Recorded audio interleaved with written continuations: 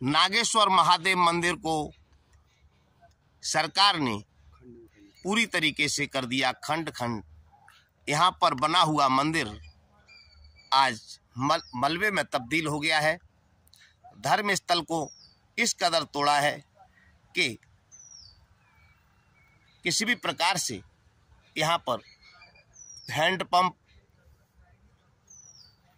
Water jet, motor सभी उखाड़ दिए गए हैं। और आखिर ऐसे सरकार के कदम उठाने से क्या हो सकता है भाई साहब विकास? आखिर साधु संत जाएं तो कहाँ जाएं? इसके लिए भी कोई व्यवस्था है और जानेंगे भक्तों की, संतों की पीड़ा। बाबा कई वर्षों से कर रहे हैं खड़े होकर तपस्या। तो आइए जानते हैं, देखते हैं क्या है पूरी स्टोरी। देखते रहिए राघवेंद्र मिश्रा के साथ और स्थानों के लिए, धर्म स्थलों के लिए आवाज उठाते रहिए। जय श्री राम, जय श्री राम। के किनारे उसकी तलहटी में ये प्राचीन तपोस्त्री रही है। आज से नहीं, हम तो जब से पैदा हुआ, हमारे पूर्वज जब से देखते आ रहे हैं, ये अनेकों वर्षों से यहाँ साधु संत तपस्वी तपस्या करते रहे हैं। यहाँ पर बहुत पुरानी समाधियाँ हैं और यहाँ पर स्वयं नागेश्वर महादेव प्रकट हुए हैं। आज से 40-35 वर्ष पहले यहाँ मेले लगे हैं। दूर दूर से लोग जो आए हैं, जिन्होंने दर्शन किए हैं, उनके दुख दूर हुए हैं। और यहाँ पर उनकी आज भी प्रत्यक्ष रूप से नाग नागिन का जोड़ा है। यहाँ आते हैं, वो दर्शन देते हैं, लोगों की मनोकामना पूर्ण करते हैं। ये विद्यानंद गिरी जी महाराज खड़ेश्वरी जो तपस्वी बाबा हैं, ये बाल काल से, बचपन से ही तपस्वी हैं। और इनकी जो उम्र की तो पता ही नहीं लगती है। लगभग 80-90 वर्षों से तो इनको दिल्ली में ही है। 90 वर्ष हो गए लगभग इनको। अच्छा। जो दिल्ली में ही है ये बाबा यहीं पर। और उससे पहले 20-30 वर्ष के आए भी थे। तो पता नहीं 120 वर्ष के हैं कि 130 वर्ष के हैं। इनका जो आधार बनाया, वो जब इनकी बना 10 वर्ष पहले इनका आधार बना, और वह आधार में भी जो है इनकी 70 वर्ष तो तब उम्र थी, उसके हिसाब से भी आज 80 वर्ष की। साथियों, कुछ ही समय में हम दर्शन कराने वाले हैं। और सुनिए बाबा के बारे में जी। आज भी जो अपने आप को नौजवान मानता हो जी, वो नौजवान बाबा के साथ दौड़ के देख लो। बाबा के किसी काम में देख लीजिए। और बाबा जी जो है फलारी हैं, मौनी भी रहते हैं और खड़ेश्वरी भी हैं।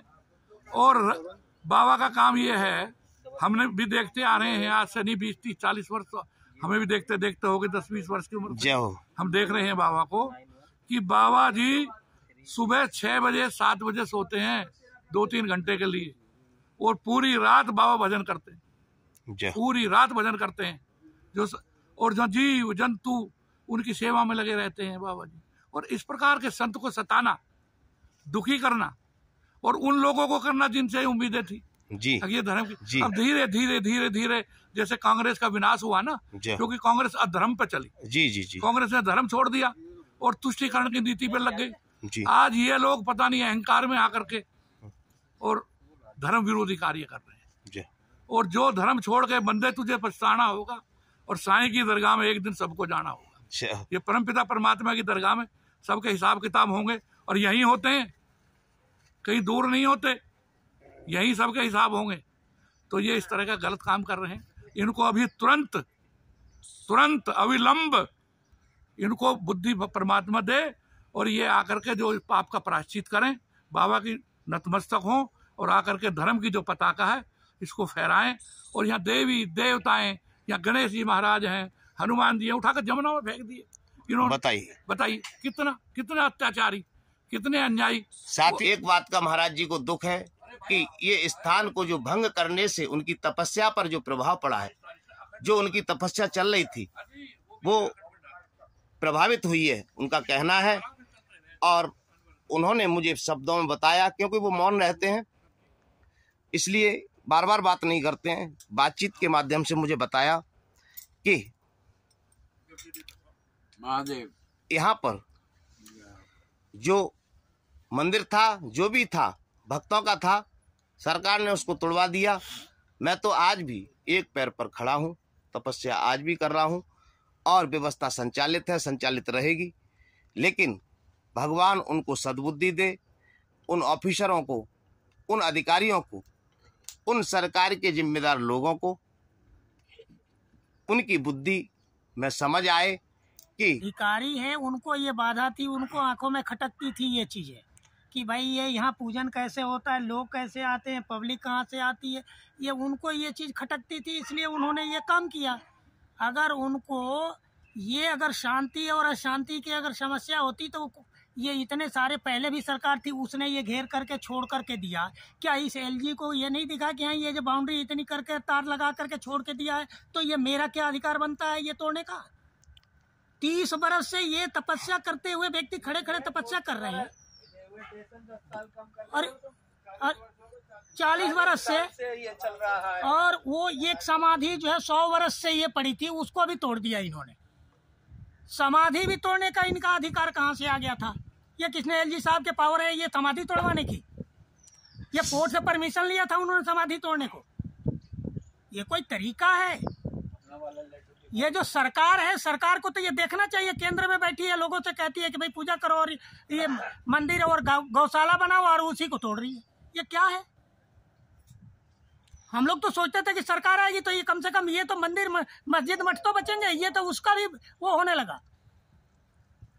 ये कोई तरीका नहीं है, सरकार को इस पर समझना चाहिए, विचार करना चाहिए। ये रजिस्ट्रेशन ब्रिटिश के समय का, ब्रिटिश के समय ये का, ब्रिटिश गवर्नमेंट के तरफ समय का ये रजिस्ट्रेशन है। ये आज का नहीं है, लगा लीजिए कितने वर्ष हो गया इस मठ को यहाँ, और इसके बावजूद भी इस तरह की अगर कहानी हो रही है तो ये तो समझ में नहीं आ रहा है कि सरकार क्या चाहती है पब्लिक से। साथ में ऐसा होगा तो इस भारत देश का क्या होगा? पहले भी पूछे, पीछे के समय को भी देखो, जिन जिन लोगों ने साधु महात्मा ब्राह्मणों को, भूमि को सताया है, उनके घर में कोई भी नहीं आया है, चाहे वो कोई भी हो। देखने को देख भी सकता है। हम किसी ना पार्टी से और ना किसी से, हमारा तो सत्य से एक नाता है जो आज भी है, कल भी है, आगे भी रहेगा। बाकी सत्य को धोखा दोगे तो ठीक नहीं होगा। कोई भी हो, राजा हो, प्रजा हो, कोई भी हो। ये मंदिर तोड़ा गया, यहाँ भव्य मंदिर था, शनि महाराज का था, हनुमान जी का था, इधर में नागेश्वर धूना था, बाबा का सिद्ध धूना था, इतने समय का। 40 बरस की तपस्या क्या होती है? जरा सा भी भय नहीं हुआ कि एक खड़ेश्वरी साधु इतने दिन से हमारे देश के लिए तपस्या कर रहा है और सरकार आके यहाँ पे अपना अवैध कब्जा बता के और ना कोई नोटिस ना कुछ दिया, उससे पहले ही उसको तोड़ दिया। ये क्या कारण है? ये तो धर्म को धोखा दिया जा रहा है। अखाड़ा परिषद इस चीज़ को मानता है और ये रजिस्ट्रेशन दे रखा है सब कुछ यहाँ का, फिर भी उसके साथ साथ भी ऐसा हो रहा है? हमारे समय में ये नहीं होता था। भूमि, ब्राह्मण, गौ, कन्या, साधु नहीं बेचा जाता था। वो राजा तुरंत ही बढ़ जाए जो गौ, ब्राह्मण, साधु और महात्माओं का धन खाए। ये सत्य है। बरस तक यहाँ पर वैसे ही खड़े रहते भी है और बोलते भी नहीं है।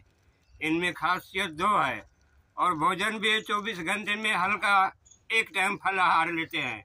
साथियों, ये बुलडोजर कार्रवाई के बाद देखते हैं भाई साहब की क्या प्रतिक्रिया है और स्थान देख रहे हैं आप, क्या हालत है यहाँ पर।